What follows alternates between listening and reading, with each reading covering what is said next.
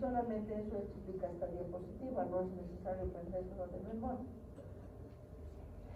Entonces, como les decía, un grupo de las enfermedades reumáticas tiene una representación autoinmune. Eso significa que son representadas por la presencia de estos anticuerpos, y que hay una activación inmunológica vinculada al complejo mayor de histocompatibilidad, al antígeno leucocitario humano, a la célula receptora de antígenos, y todo ese mecanismo donde la célula participante genera el traslado de esta información anómala, que sería la enfermedad, para su codificación y reconocimiento de patrones a nivel nuclear, y definir como tal la enfermedad y como tal las lesiones que va a producir esta enfermedad en esa persona, ¿no? Está regida por estos autoanticuerpos, como bien les decía, y estos autoanticuerpos tienen que ser específicos, no tienen que tener sensibilidad aumentada, tienen que tener especificidad aumentada, si no nos va a desorientar y probablemente no sea la que ustedes están pensando. Por ejemplo, el factor reumatoide, ya incorporado en los criterios diagnósticos para la artritis reumatoide el año 87, era el principal para diagnóstico. Después del 2010, donde aparecieron los nuevos criterios de clasificación de la artritis reumatoide, el factor reumatoide llegó pues a un segundo plano. ¿Por qué? Porque era muy sensible, jóvenes, ¿ya? Estaba en títulos muy elevados en la tiroiditis de Hashimoto, nada tiene que ver con la artritis reumatoide, ¿verdad? Estaba en valores exorbitantes en el síndrome de Sjögren, ¿no es cierto? Tampoco. Estaba presente en la endocarditis bacteriana subaguda. ¿Qué tenía que hacer? O sea, por esa razón ganó mucha sensibilidad. Está presente en la sarcoidosis, nada que ver, ¿cierto? Y así, por esa razón, el factor reumatoide terminó, digamos, en un plano secundario para el diagnóstico precoz de la artritis reumatoide. Y ahí se presentó un nuevo anticuerpo, pues el anticuerpo contra el péptido cíclico citrulinado, llamado anti-CCP, para diagnóstico definitivo de la enfermedad. ¿Comprenden? Entonces, no permitir, digamos, que el anticuerpo sea sensible, sino altamente específico. Y en ese contexto, pues, hay un banner que voy a pasar a uno de ustedes para que después les pase el resto, donde van a ver que cada anticuerpo define una enfermedad de manera específica. Otra cosa muy importante es que la relación porcentual en la presencia de un anticuerpo va a definir la enfermedad. Solo hay uno, ¿sí? Uno que es el anti-SMID o anti-SM, que es del lupus, ¿sí? Que es solo del lupus, no es de otra más. Entonces esa no va a estar en otras enfermedades. En cambio, por ejemplo, el anti-RO puede estar presente en el lupus, y es del Sjögren también. Entonces, en sus valores porcentuales bajos más la clínica nos puede orientar más para lupus o para Sjögren, ¿me entienden? Entonces, la relevancia de su concentración es muy importante, muy importante. Dentro de los anticuerpos para vasculitis, por ejemplo, el ANCA-P o el ANCA-C en valores porcentuales menores puede estar en una enfermedad que está más determinada por altos valores del otro. Me dejo explicar, me explico mejor dicho. El ANCA-C es para diagnóstico de Wegener, ¿ya? Pero también tiene un porcentaje menor del ANCA-P dentro de la estructura del diagnóstico, pero no por eso el ANCA-P tiene importancia para el diagnóstico del Wegener, sino el ANCA-C, así más o menos, ¿sí? Pueden estar en porcentajes menores, pero la clínica es mandatoria, ustedes saben, ahí tenemos que incorporar y darles la relevancia al más importante, como sería el ANCA-C. Eh, Algunos anticuerpos, por ejemplo, puede tener relevancia el factor reumatoide si este es solicitado por técnica de inmunofluorescencia o por isotipos, IgM y IgG, por ejemplo. Ahí sí tiene mucha relevancia para la artritis reumatoide. Pero si yo le hago por una técnica llamada turbimetría o cualitativa por lucecitas, eso no es relevante. Eso pues me desvía y no es útil para el diagnóstico. Tal es así que si yo tuviera por turbimetría, póngale, su valor es menor a 6, por ejemplo, cuantitativamente hablando, y esta viene en 30, ¿ya? Y por eso me derivan factor reumatoide deportivo, diagnóstico artritis, pueden poner también, el que está derivando puede colocar esa en su derivación, pero, ¿y qué tal si esa turbimetría que dio un valor de 30 me está dirigiendo para un tiroiditis de Hashimoto? O sea, a mí me está dando más trabajo con ese paciente que si me lo podría derivar de manera adecuada, pidiendo primero el derivante, una TSH para ver si no pertenece a tiroides, ¿no?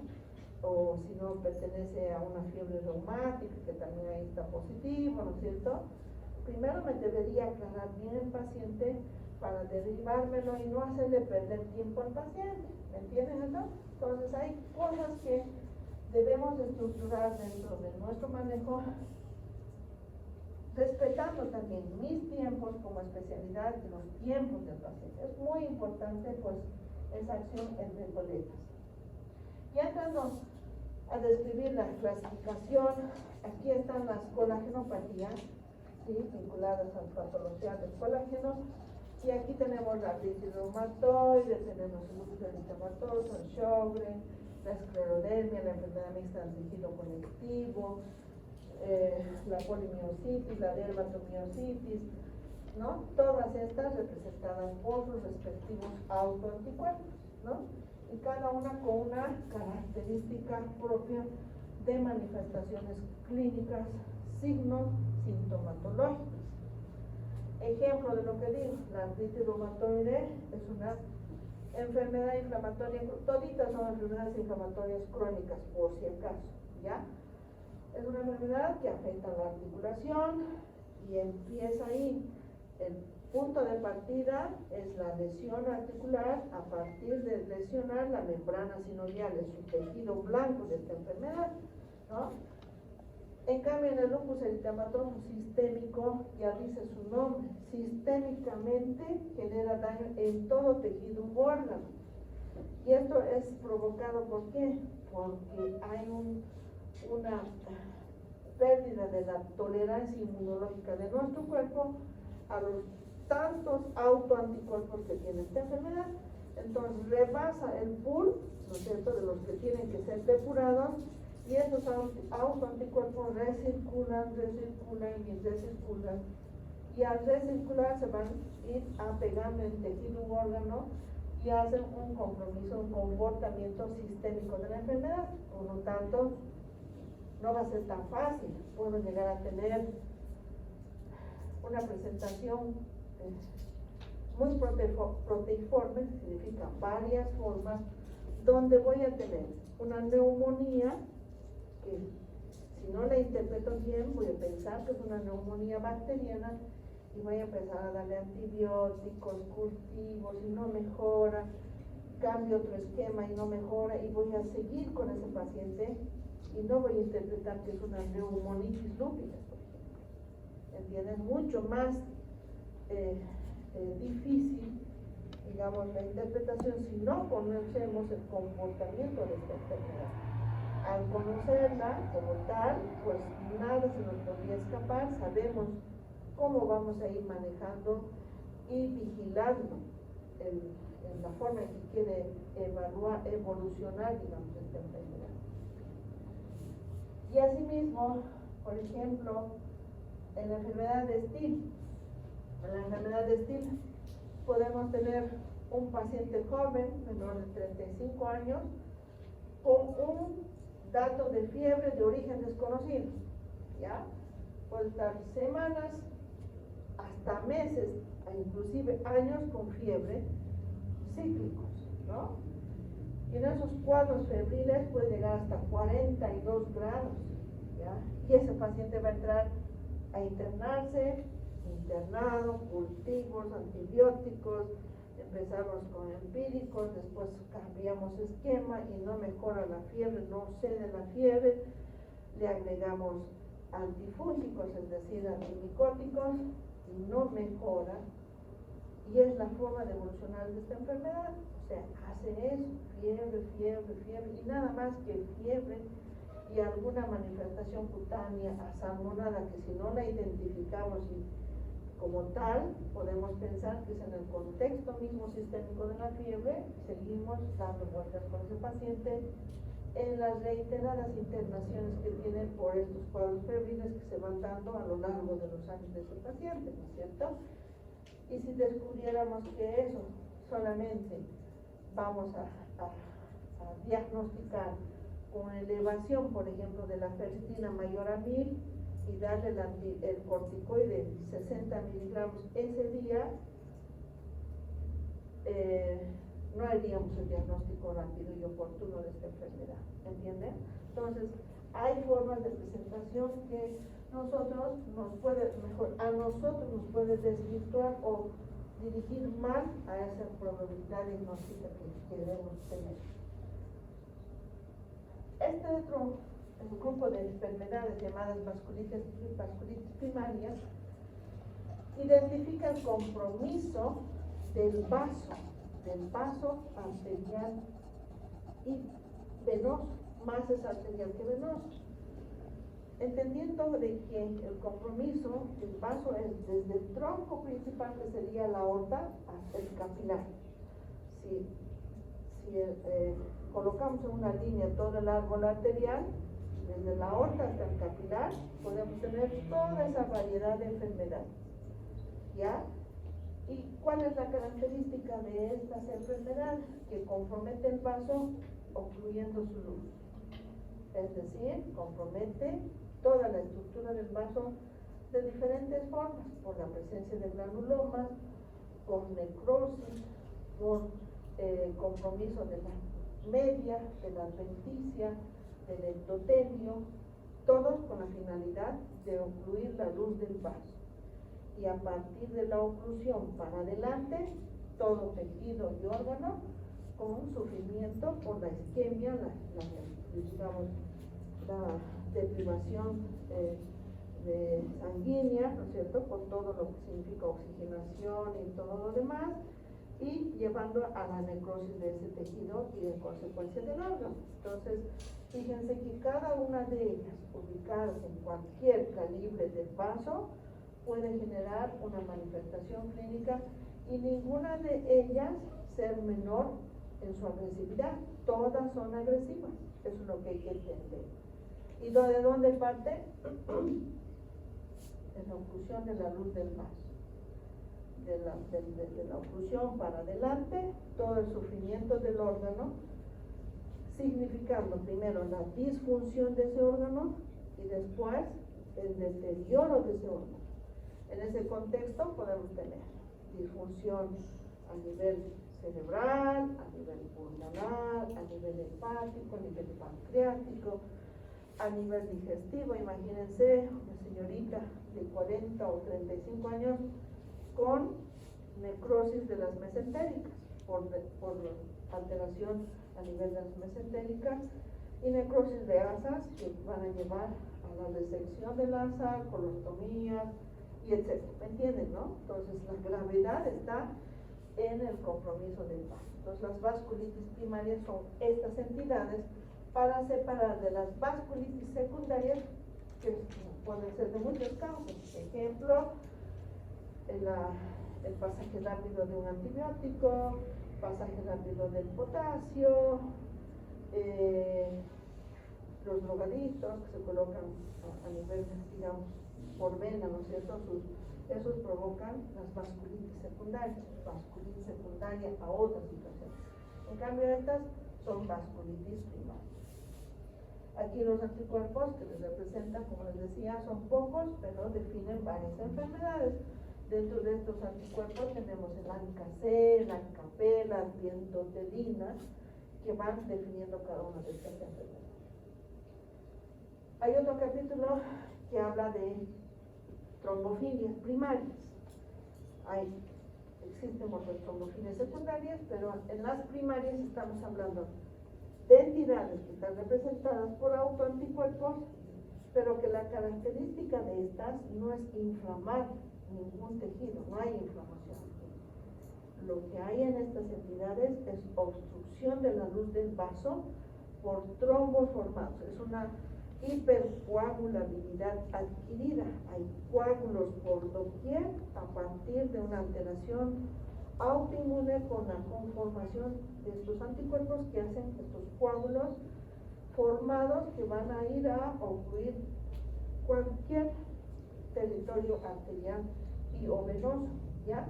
Dentro del territorio venoso, el responsable de esas trombosis venosas profundas en individuos que no tienen factores de riesgo para tener su trombosis, por ejemplo, trombosis venosa de la humeral, trombosis venosa de un territorio que no es de miembros inferiores, que habitualmente puede pasar cuando hay postración, cuando hay, obesidad, cuando hay alteraciones vasculares como las varicosas, las úlceras, el terreno varicoso de miembros inferiores, pues son factores de riesgo para estos trombos, ¿no es cierto? Pero sin que tenga esos factores de riesgo general en un individuo normal, deportista, qué sé yo, y tenga una TBP, eso provoca una necesidad, ¿no? Entonces uno tiene que pensar, joven, sin factores de riesgo, deportista, no ha tenido traumatismo ni golpe directo, porque tiene una trombosis venosa profunda. Llama la atención. Entonces, dentro de eso que nos llama la atención, pues puede estar la presencia de esta entidad. Cuando hablamos del compromiso del territorio arterial, es más grave que la trombosis venosa profunda. Por ejemplo, si hablamos del territorio arterial, estos coágulos formados van a ir a ocluir a nivel cerebral, y vamos a tener convulsiones, accidentes cerebrovasculares, amaurosis, ceguera central, sordera central, todo aquello que puede alterar cualquier área noble del sistema nervioso central y con cualquier manifestación clínica. A ese nivel podemos tener una gravedad de presentación como la mielitis transversa, que es la sección avascular a nivel medular, y ese individuo de 30 años quedarse cuadripléjico y no saber por qué, y puede ser una de las causas, ¿cierto? O que un jovencito que no tenga nada, ningún factor de riesgo, como los que estaba mencionando, llegue a tener un tromboembolismo pulmonar de la nada, de la noche a la mañana, ¿no es cierto? Y decir, ¿por qué? ¿Qué pasó? Que no tenía factor de riesgo, no es gordito, no ha estado postrado, no ha tenido un traumatismo directo, no hay nada que me justifique este tromboembolismo pulmonar. Hay que estudiar, ¿no? Entonces, ese es el capítulo. Podemos tener un síndrome antifosfolípido primario sin que acompañe a otra entidad, y el secundario cuando acompaña a una entidad. Por ejemplo, la afinidad entre lupus y síndrome antifosfolípido es muy frecuente. En el curso evolutivo del lupus puede estar presente el SAP después, ¿sí? Ahora, ¿cuál es la gravedad de esta entidad? Tanto en el venoso, componente venoso con trombosis venosa profunda, o en el arterial, que es lo más grave, hay que anticoagular, ¿ya? Y este joven tiene 25 años, y si ha tenido un accidente cerebrovascular provocado por la síndrome antifosfolípido o un tromboembolismo pulmonar, ¿no es cierto? La anticoagulación es de por vida a sus 25 años, lo cual modifica su calidad de vida, lo cual generó un pronóstico. Que si este joven o esta señorita anticoagulada de por vida un día decide no estar más con tratamiento, ya se cansó de eterna warfarina, se cansó de ir todos los meses a controlar su rango de anticoagulación normatizado llamado INR. Y se cansó y lo abandona.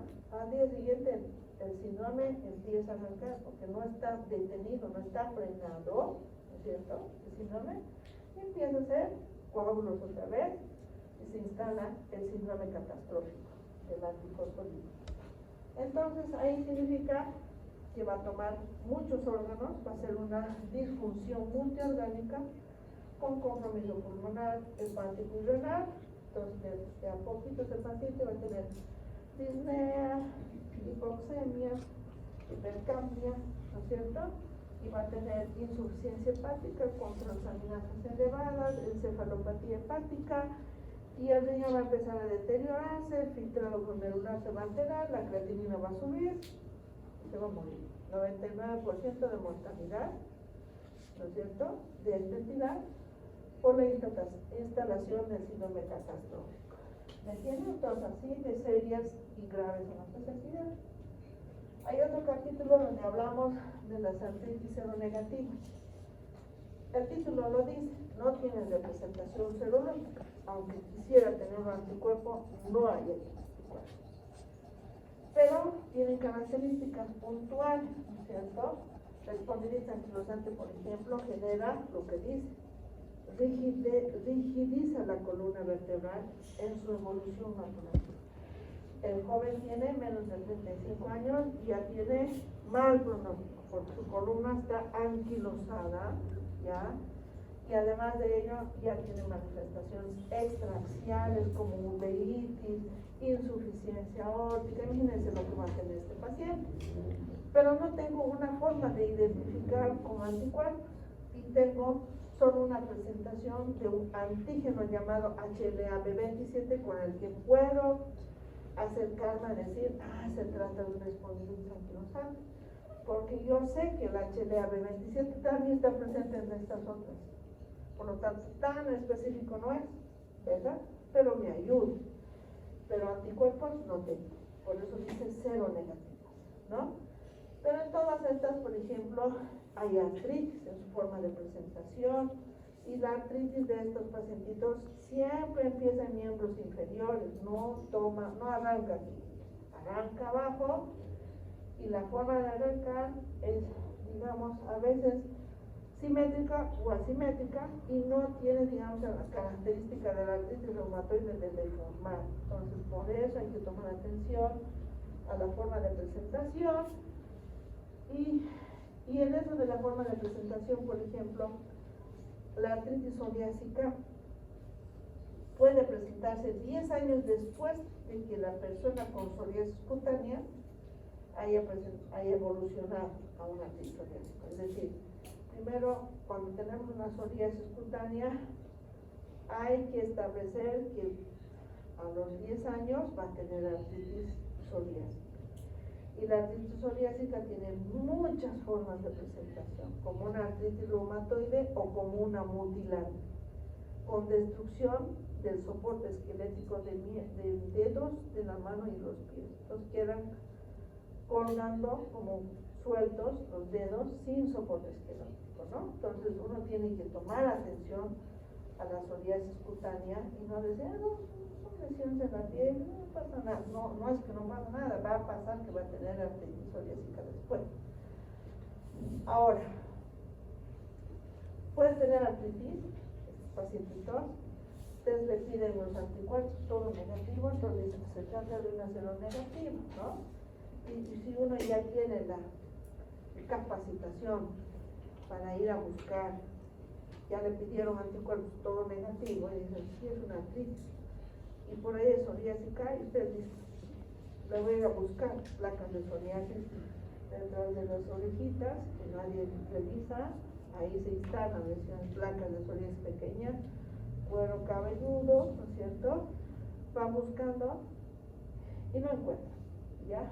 Entonces dicen, es una seronegativa, probablemente psoriásica, tratan, como debe ser tratada esta artritis seronegativa, Y a los 10 años empiezan manifestaciones cutáneas de psoriasis. Después, fíjense las formas diferentes de presentación que podemos tener de esta enfermedad. Por lo tanto, pues a propósito de las manifestaciones diversas, ¿no? Ahora, ¿qué nos toca de las artritis asociadas a enfermedades inflamatorias intestinales? ¿Qué nos toca? Primero, el antecedente. Los pacientes que van a venir con una artritis, entre comillas, de una artritis, ¿no? Les va a decir, doctor, yo tengo colitis ulcerativa, una alergia, ¿no? Doctor, me han diagnosticado enfermedad de Crohn, pero me han enviado con usted porque tengo dolores articulares. ¿Qué significa eso para el reumatólogo? Que la colitis ulcerativa en la enfermedad de Crohn tiene manifestaciones articulares, tienen artralgias, ¿sí? Pero no es que el paciente nos pertenece a nosotros, son manifestaciones de estos cuadros digestivos, ¿sí? Que son bien manejados con el mismo tratamiento que va a utilizar para la CU o para el Crohn, la gastroenteróloga o el gastroenterólogo. Por lo tanto, no son pacientes propios del reumatólogo.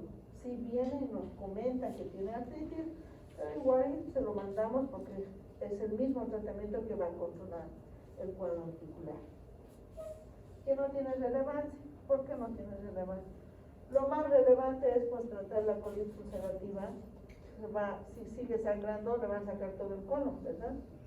O la enfermedad de Crohn, si no tratan bien, va a comprometer constitucionalmente a ese individuo y se va a morir. Se va a morir porque estos mueren adelgazados mal por el compromiso de la boca al ano del tubo digestivo. Hay otro grupo llamado enfermedades microcristalinas o por cristales. Estas entidades tienen varias etiologías de cristales que van a depositarse en la articulación. Los más importantes para nosotros son los más frecuentes, la gota y la pseudogota, nada más. Entonces, por eso, esas dos vamos a hablar en este semestre. Este capítulo de las enfermedades degenerativas involucra a dos entidades relacionadas con el envejecimiento, tanto del hueso como de la articulación, de eso hablan estas dos. En la primera, la osteoartritis es llamada también, ustedes la conocen quizás de forma general como artrosis, pero se llama osteoartritis, ¿ya? Ese es un término, digamos, real de la entidad. Esta está vinculada a un proceso de desgaste del cartílago articular, de eso estamos hablando. Y si digo por edad o degenerativas, es que acompaña al individuo después de los 30 años, es decir, cualquier persona, ¿sí?, hombre o mujer, después de los 30 años ya es artrósico, a eso me refiero. ¿Por qué ponemos 30 años como límite para arrancar con esta entidad? Porque justamente a los 30 años todo ser humano termina de madurar tejidos, fisiológicamente hablando. Entonces, si maduramos hasta los 30, ¿qué queda después de los 30? El envejecimiento, ¿cierto? Eso es estas dos patologías. La primera en el contexto del cartílago, ¿ya? Y la segunda en el contexto de patología ósea. Ahora, dentro de esta, la osteoporosis, una está enmarcada fisiológicamente por el envejecimiento, pero ese envejecimiento está enmarcado también por la deprivación hormonal que se establece con la menopausia, ¿sí o no? Entonces, la osteoporosis primaria será de la mujer y la osteoporosis secundaria será secundaria corticoides, secundaria quimioterapia, secundaria enfermedades crónicas como la diabetes, hipotiroidismo, hipertensión, obesidad, ¿no es cierto? Entonces, hay dos tipos de osteoporosis que vamos a distinguir en este semestre. La endocrinometabólica, aquí hablaremos pues de lo que sucede con la diabetes mal controlada. Por eso es que el diabetólogo tiene una tarea muy importante para el control de su paciente diabético. De lo que nos toca a nosotros, la diabetes puede dar túnel del carpo, hombro congelado por gastritis adhesiva, contractura del Dupuytren, ¿no es cierto? Y nos toca ver a nosotros lo que digamos no ha sido bien controlado por el endocrinólogo. ¿Entienden lo que digo? Entonces, un paciente diabético tiene que ser enfocado en todos esos controles, tanto de sus órganos diana, ¿no es cierto? La patología optámica diabética, vascular, las carotidopatías del diabético, ¿no es cierto? A nivel renal, la nefropatía diabética, etc. Todo eso debe ser bien controlado por el endocrinólogo para que no lleguemos a ver, digamos, estas entidades en reumatología. Cuando vienen los diabéticos con su contractura de Dupuytren, ya están de jóvenes, ya sea diría retraído en una retracción tendinosa que quirúrgicamente no va a tener que volver ahí. Ya hay una retracción tendinosa y no la vamos a poder recuperar. Y hay una contractura con depresión del palmar, ¿no es cierto? Y esto pues es por mal manejo de su diabetes. No siempre por el mismo médico, sino el paciente puede hacer que esto se defina como tal. Los atrapamientos que pueden venir a nosotros como reumatólogos, como el túnel del Carpos, por esta presencia de una sustancia mucilagenosa, dice, provocada por el trastorno metabólico de la diabetes en el canal del Carpo, que atrapa el nervio mediano, y ahí vamos a tener el túnel del Carpo. Entonces, ¿qué vamos a hacer? Indicar al endocrinólogo que mejore el control de su diabetes para que no haya ese descontrol metabólico que genera esta sustancia mucilagenosa, porque no va a ser una sola vez, muchas veces, y no se operan muchas veces el túnel del Carpo. Entonces, todo es una actitud multidisciplinar, donde debemos participar. En cuanto a la tiroides, los pacientes a veces vienen,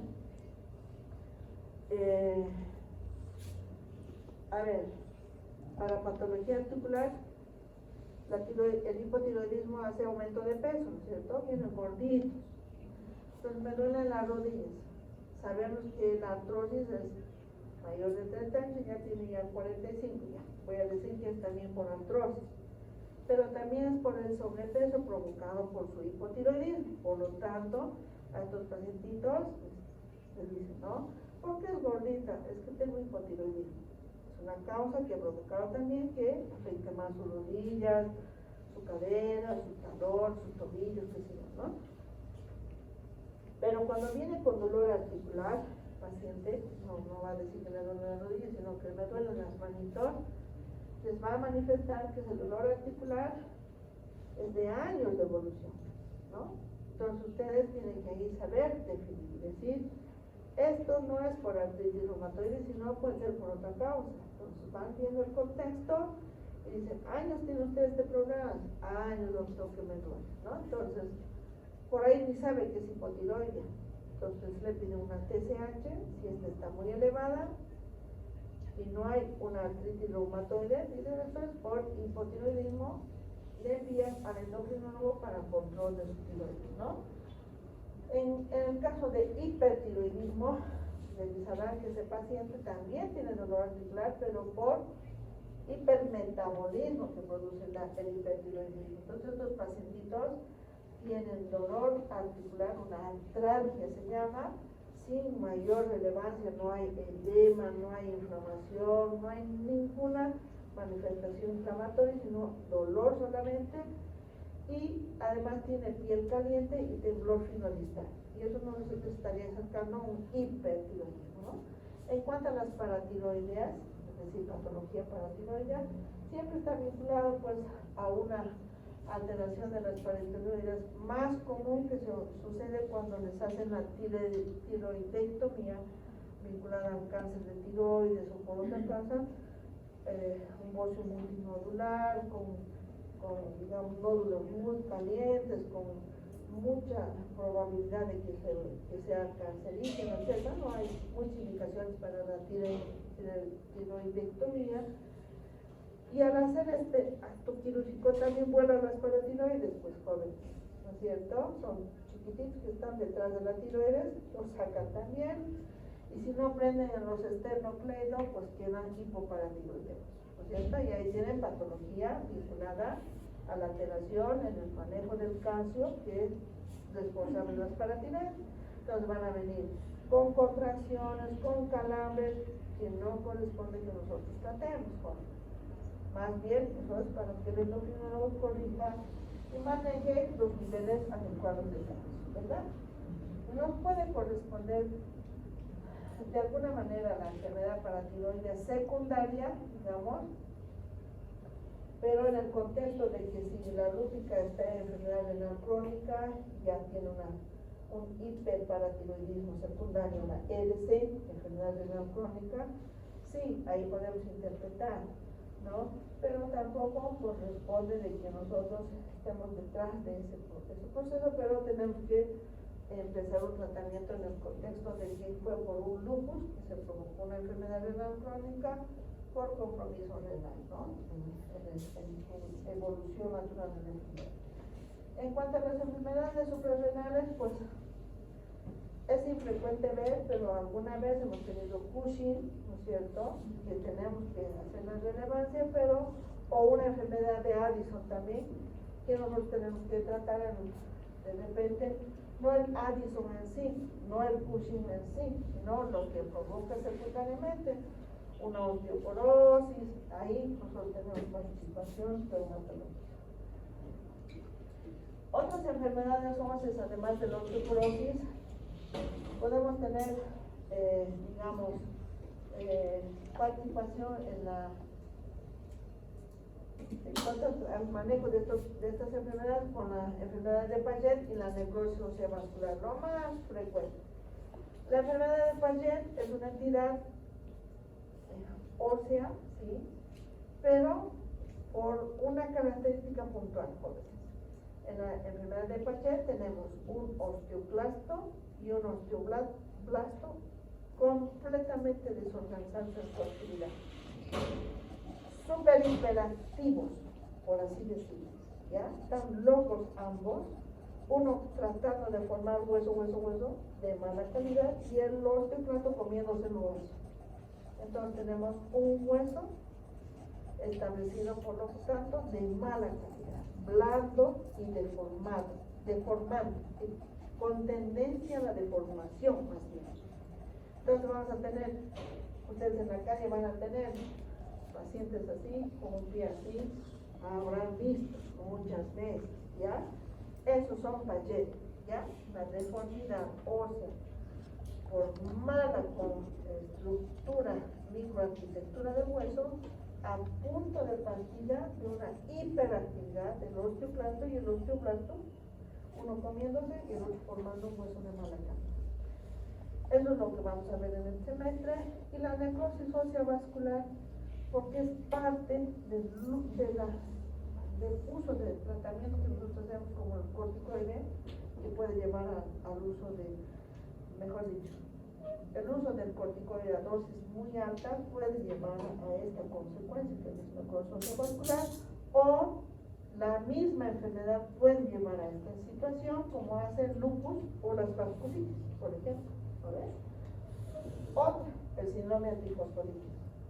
Recuerden, dicho cuadro que va a toda la economía, puede comprometer la arteria nutricia de esa articulación y generar una necrosis ósea vascular. ¿Qué les parece? ¿Lo ven? ¿Y de dónde viene? Pues si no le dimos corticoide, no toma corticoide, pues ¿por qué está así? ¿No es cierto? Investigamos y llegamos a esa conclusión y ya es tarde, porque esa articulación se tiene que cambiar con prótesis, ¿verdad? Entonces hay cosas así que no se nos pueden presentar. Estas neuroartropatías, en realidad, son consecuencias también. Fíjense, de una les puedo hablar. ¿Alguien me preguntó?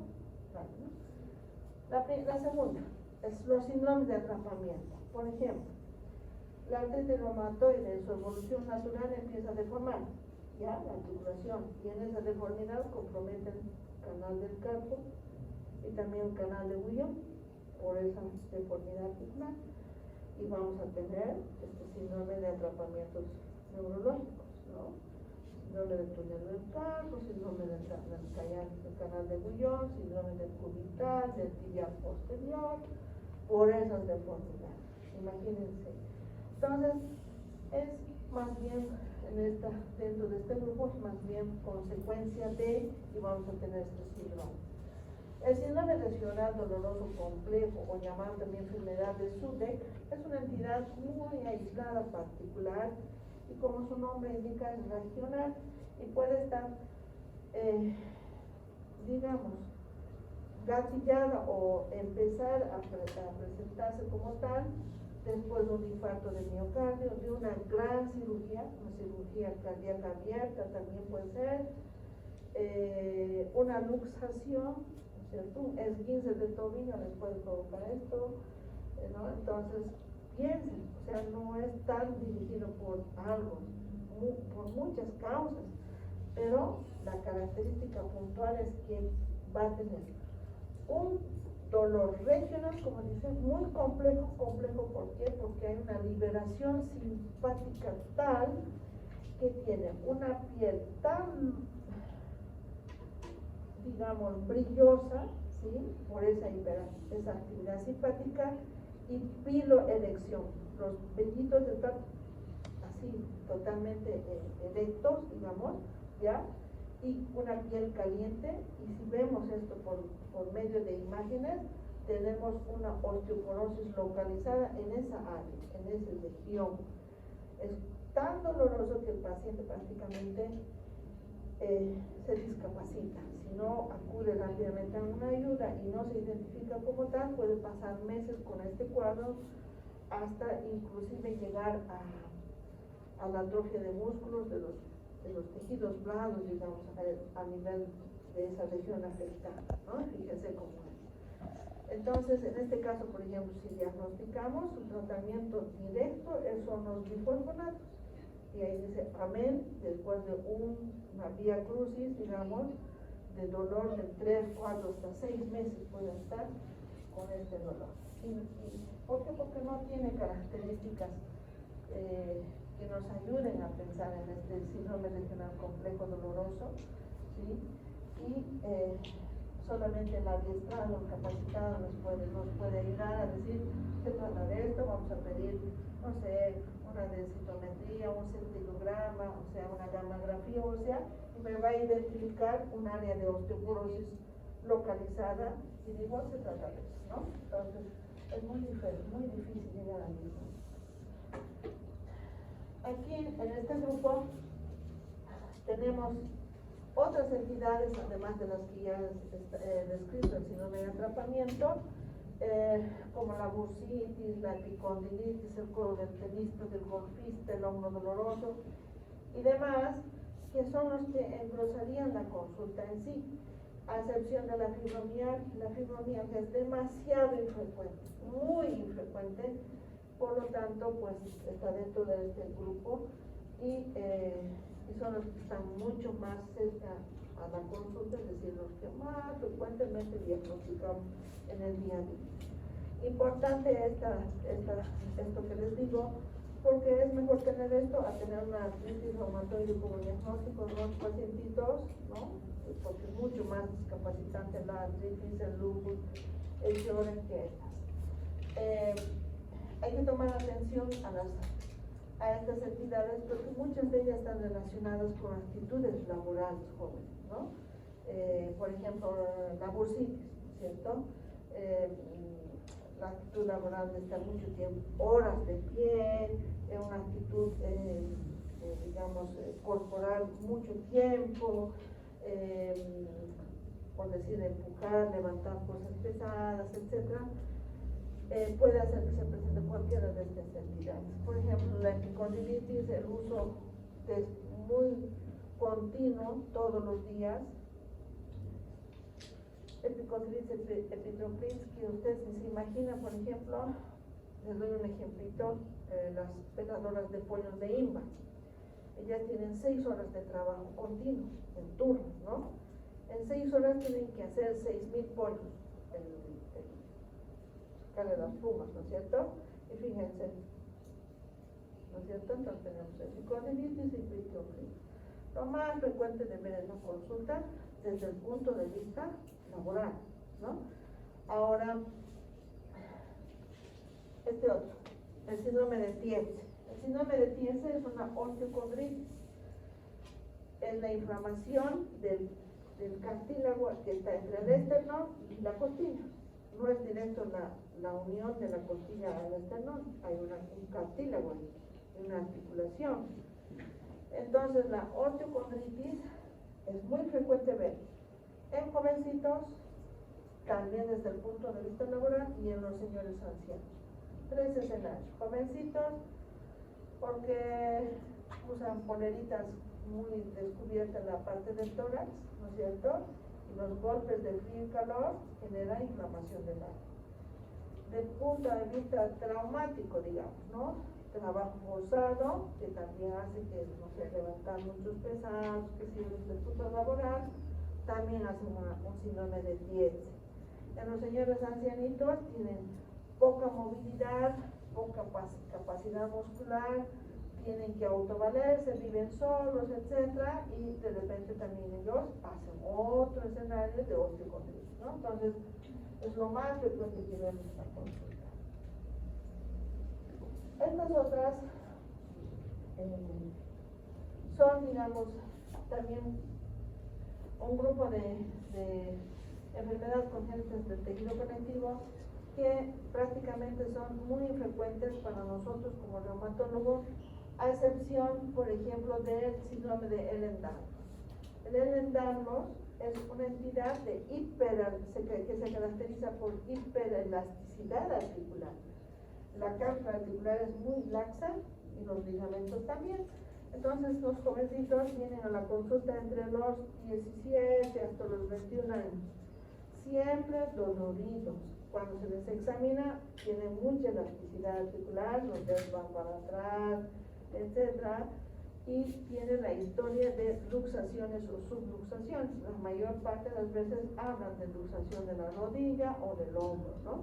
Entonces, ese es uno de los cuadros que muy comúnmente vemos en estas edades, entre los 17 hasta los 21 años. En este grupo tenemos, bueno, estas 3 entidades que más bien son, digamos, parte de la sintomatología o de la manifestación clínica de diferentes cuadros. La primera, por ejemplo, está vinculada a la vasculitis de Jules-Strauss, parte de ella, que puede estar en primera instancia como una sinovitis eosinofílica, que es una inflamación articular, donde al hacer de repente la procentesis y realizar ese líquido sinovial o una pequeña biopsia por tanta hidratación, es decir, continuas aumentos de volumen de la articulación, se han determinado hacer la biopsia y encontramos que se trata de una sinovitis eosinofílica, que sería el inicio de una vasculitis de Jules-Strauss, por ejemplo, ¿no? Y el reumatismo palindrómico sería una artritis reumatoide sin artritis, una forma, diríamos, sistémica de la enfermedad sin presentación articular, ¿ya? Entonces, así también viene la artritis reumatoide. Entonces, uno puede decir, ¿y qué tiene este paciente como manifestaciones que me hacen pensar en él? Tenemos un paciente joven, la mayoría son varones, con cansancio, es decir, asténicos, adinámicos, ¿no es cierto? O falta de concentración y prácticamente con un dolor generalizado que no identificas dónde le duele porque no hay articulación que esté dolorida. Me duele, pero le toca decir, no, ahí no, está el dolor, pero no es porque usted me está presionando, me está examinando, tengo el dolor y no sé cómo describir lo que tengo, ¿cierto? Entonces, tienes que decir, ¿qué hago con este paciente? ¿No es cierto? Porque que le duele, ¿no? Entonces, ustedes agarran digamos, el panel inmunológico que nosotros le llamamos, anti-CCP, y viene exorbitantemente en sus valores sin que tenga artritis. Entonces, ese es el famoso reumatismo palindrómico, por ejemplo. Y la hidratosis intermitente significa acumulación de líquido sinovial en una articulación de manera cíclica, y eso puede estar vinculado a la artrosis solamente. Entonces, es parte de la manifestación de una enfermedad articular. esta otra de almacenamiento, solamente la primera, porque las otras son muy específicas y no tanto en detalle para reumatología, a excepción de la amiloidosis, que esta definiría la etapa final de las enfermedades colagenopáticas. Ese grupo primario que les he mostrado es la etapa final, ahí terminaría. Diríamos que ahí ya no se hace nada con el paciente, pero bueno, algunos llegan con 30 o 40 años con su enfermedades tan estables. En la etapa final, a menos que se manifieste con daño renal progresivo, pues no le hacemos tanto seguimiento a la amiloidosis, salvo que dentro de su artritis reumatoide en algún momento eleve la creatinina y decir, pues, y está instalándose la amiloidosis, ¿no? La etapa final de la enfermedad, tomamos los recaudos necesarios, nos replanteamos con el nefrólogo y vemos qué hacemos con ese paciente, ¿me entienden? Entonces, esta sería, digamos, la primera, el final de la evolución natural de esa enfermedad, artritis reumatoide, lupus, Sjögren's, esclerodermia, cualquiera. Cuando las incorporamos como enfermedades hematológicas a un grupo dentro del estudio de las enfermedades reumáticas, pues aquí también es lo mismo, a excepción de las dos últimas. Las tres de arriba son parte de una enfermedad. La primera está relacionada con lupus eritematoso sistémico, la segunda de igual manera y la tercera también, pero la segunda también está vinculada con el síndrome antifosfolípido y también está vinculada con el síndrome de Sjögren. Y la tercera, la leucopenia, está vinculada con el lupus y con el Sjögren. ¿Qué les parece? Entonces son parte del cuadro de esta enfermedad.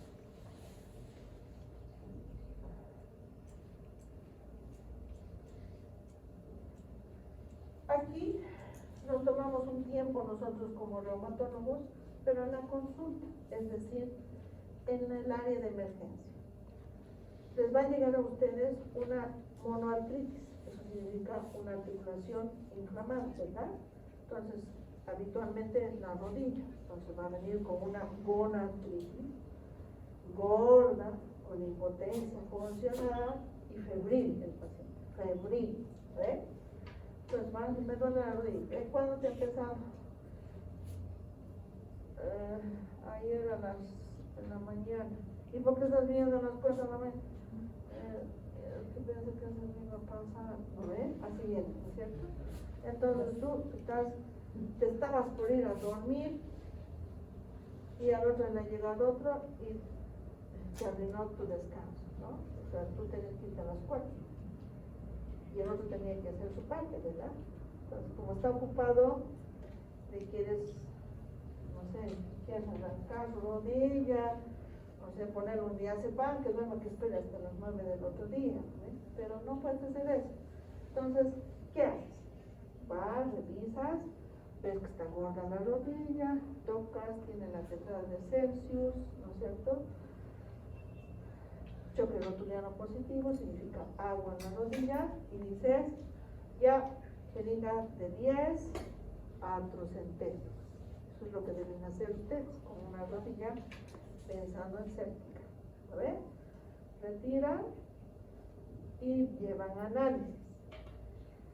Cuando veamos más profundamente van a saber cómo se hace todo, pero les estoy diciendo, digamos en resumen, en el análisis piden la celularidad, ¿no? El predominio celular. Entonces, ¿qué pasa?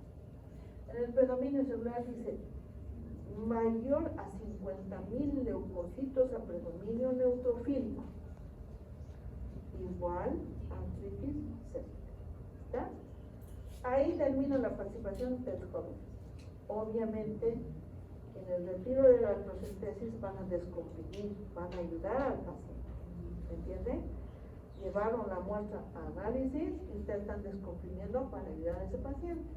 Esperan resultado, colocan férula de contención, traumatólogo, infectólogo, termina, tú eso hiciste en 1 hora, te quedan 3 para dormir hasta el pase del hueso, ¿verdad? Entonces ya trabajaste con el paciente, empezaron empíricamente el antibiótico y se lo mandan al traumatólogo e infectólogo, ¿verdad? Ahora, eso en cuanto a bacterias. Ahora, si tuviéramos virus, que es muy raro, pero si tuviéramos hongos, pues es un paciente muy diferente. Cuando hay hongos en una artritis séptica, ese paciente está inmunocomprometido, entonces hay que saber por qué está inmunocomprometido. ¿Será por cáncer? ¿Será que tiene SIDA? ¿No es cierto? Ya tenemos que plantear qué tipo de paciente puede llegar a tener hongos, porque no es frecuente hongos en un paciente inmunocompetente, ¿sí o no? ¿No es cierto? Entonces tenemos que ver eso y analizar en el contexto. Ahora, parásitos, rara vez se da por continuidad hematológico. ¿Quién parasitó? Entonces se da revisión en el momento y en el contexto de quién, de nosotros como reumatólogos. No, ¿quién tiene que hacer todas esas disquisiciones? El infectólogo. Nosotros tenemos que ver, ¿entienden? Hasta donde nos toca es hasta la autocentesis y la celularidad. Ahí termina nuestro trabajo. Tumores también nos va a tocar ver, jóvenes. Pero ¿en el qué contexto? Igual, puede venir una rodilla gorda, ejemplo, siempre una rodilla, ¿no? Autocentesis y se encuentra que es sangre, ¿ya? Y eso analiza. Puede ser un tumor primario, articular, ¿no es cierto? O puede ser un tumor metastásico, ¿verdad? Entonces eso también se analiza en ese contexto, llevan análisis, etcétera, etcétera. Ahora, dentro de los tumores, dentro de las reumatológicas, a nivel óseo es fácil, el paciente puede venir con una impotencia articular, sea coxofemoral, por ejemplo, y tener un sarcoma, un osteosarcoma, ¿no? Solicitamos imágenes, vemos que hay una deformidad de la articulación y una formación, ¿no es cierto?, extraarticular, se define como tal, el tumor, y le corresponde a quién, traumatólogo y oncólogo, ¿no es cierto?, y termina nuestra actividad ahí. Nosotros no hacemos tratamientos de neoplasia. En misceláneas, por las misceláneas pueden ser también aquellas que vienen dibujadas